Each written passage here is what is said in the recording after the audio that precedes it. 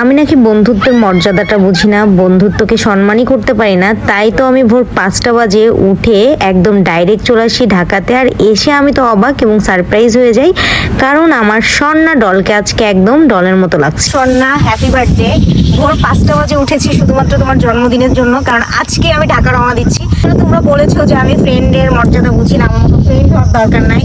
মানে কি বলবো, আমি নিজে অনেক খুশি যে আমি অনেকদিন পরে শুধুমাত্র তোমার জন্য ঢাকা আসতেছি। আজকে আপনার একটা স্পেশাল দিনে আপনার যদি কোনো বন্ধুকে আপনি ইনভাইট করেন আর সে যদি আপনাকে এভাবে করে সারপ্রাইজ দেয়, তাহলে কেমন হয় বলেন তো? আমি ওর বার্থডের আগে কোনো ধরনের রিপ্লাই দিই নাই, ওর বার্থডে উইশ করি নাই, এমনকি ওর বার্থডে সবাই উইশ করেছে, আমি সেখানে উল্টাপাল্টা কমেন্টও করেছি। গ্রুপ চ্যাটিং এর ভিতরে আমি উল্টাপাল্টা রিয়াক্ট করেছি যে ওর বার্থডেতে আমি যাব না, ওর বার্থডে আমার কাছে কোনো দামই নাই। তো এদিকে আমি ভোর 5টা বাজে ঘুম থেকে উঠে কিন্তু ঢাকার উদ্দেশ্যে রওনা হয়েছি শুধুমাত্র স্বর্ণার বার্থডের জন্য। এটা আমাকে দেখে এত বেশি খুশি হয়ে গিয়েছে, মনে হচ্ছিল যে আজকের ওর বার্থডেটাই অপূর্ণ ছিল আমি ছাড়া। সত্যি অনেক বেশি ভালোবাসি। আমি হয়তো খুব কম বা খুব সিলেক্টিভ কিছু মানুষের সাথে মিশি, যাদের ভিতর তুমি একজন, তিথি একজন। মানে সবাই অনেক প্রিয় মানুষ, তাদের ভিতর তুমি আর তিথি একটু আলাদা। জার্নিটা একদমই এত সোজা ছিল না, এত পরিমাণ বৃষ্টি ছিল যে ঘন ঘন এক এক জায়গায় নামছিলাম আর দাঁড়িয়ে দাঁড়িয়ে পাহাড়ে দিচ্ছিলাম ব্যাগগুলো। যেখানে আমার ফরিদপুর আসতে হয়তো 30 থেকে 40 মিনিট লাগবে, সেখানে আমার 2 থেকে 3 ঘন্টা লেগেছে মোহাম্মদপুর থেকে ফরিদপুর আসতে। ফরিদপুর এসে টিকিটের জন্য ওয়েট করা, ফাইনালি টিকিট পেয়েও ঢাকা চলে আসে।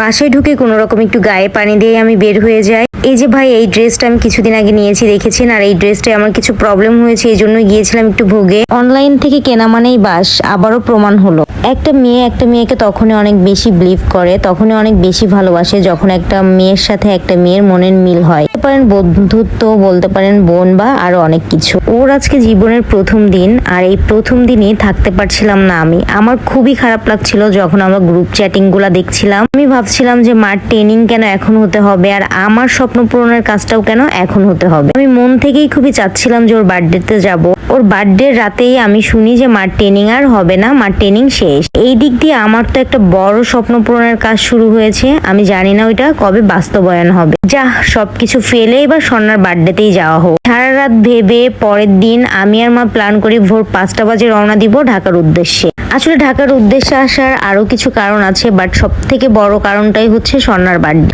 আসলে মার ট্রেনিং শেষ হওয়ার কথা ছিল 1 তারিখে আর ঢাকা আসার কথা ছিল 2 তারিখে, কিন্তু স্বর্ণার বার্থডে যে 1 তারিখে। সো মার ট্রেনিং তো শেষ, এখন আর এক মুহূর্তেও থাকা যাবে না ঢাকায়। আমি যে একদম কম্পিউটারের গতিতে রেডি হয়ে গেলাম মাত্র 20 থেকে 10 মিনিটের ভিতর। গোসল করেছি, মেকআপ করেছি, ড্রেস চেঞ্জ করেছি আর চলে গিয়েছি দৌড় দিয়ে স্বর্ণার বার্থডেতে গিয়েছি। বাট তার জন্য কোনো গিফটই কেনা হয় নাই আমার, কারণ আমি ওই টাইমটাও একদমই পাই নাই। আসলে আমার মনে হলো যে ওর কাছে বার্থডের দিন গিফটটা বড় না, আমি ওর কাছে অনেক বড় একটা জিনিস ছিলাম। যাই হোক, তোমার জন্য অনেক দোয়া, তোমার সব ধরনের ড্রিম পূরণ হোক। আমাদের সবার একটা সাইন, একটা ভিডিও আছে যেটা হচ্ছে হাত ধরে ঘোরার, আর ঘোরার পরে তো ওর অবস্থা একদম 12টা। এদিকে আমাদের পারিস্তা মামনি কিন্তু খুব কিউট লাগছে, আর ও কিন্তু আমাদের থেকে বেশি স্ট্রং। এই বৃষ্টির দিনে ওর মাথায় বোধহয় সারাদিনই ছিল বৃষ্টির পানি। আর এদিকে ওর ফটো সেশন চলছে। আমি এই টাইমটাতে ওদের সাথে ছিলাম না, বাট ওরা আমাকে পরে ভিডিওগুলো দিয়ে দেয়। আজকে আমি স্বর্ণার বার্থডেতে সবকিছু মিস করেছি, কিন্তু তাদের ভালোবাসাটা আমি লাস্ট মোমেন্টে অনেক বেশি পেয়েছি।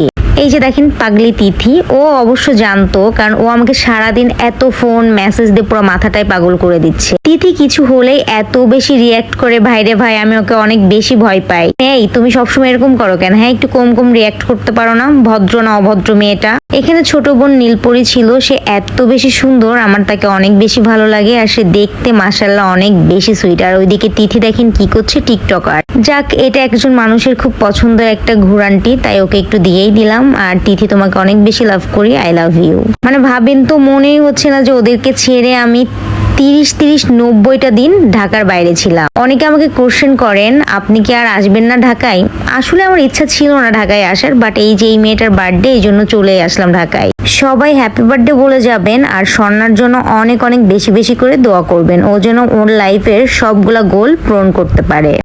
আমার লাইফ নিয়ে আমার একদমই ভাবনা চিন্তা নাই, জানি না কি হবে, তারপর আমারও কিছু ড্রিম আছে, সেটাও যেন পূরণ হয়। আমাদের সবার মাঝে ছোট্ট একটা পরী ছিল, আর পরীটা হচ্ছে আমাদের সবার আদরের আম্মা। মানে আমি এই পার্টটা দেখবো আর ওকে অনেক বেশি ফিল করব যে একটা মেয়ে এতটা হ্যাপি হতে পারে, এটা হয়তো স্বর্ণাকে না দেখলে আমি বুঝতেই পারতাম না। আসলে আমাদের এই গ্রুপটার সবাই আমরা অনেক ক্লোজ এবং অনেক ভালো, সবাই খুবই ফ্রেন্ডলি। যদিও এখানে সবাই সিনিয়র জুনিয়র আছে, বাট আমরা সবাই ট্রাই করি ফ্রেন্ডের মতো থাকার।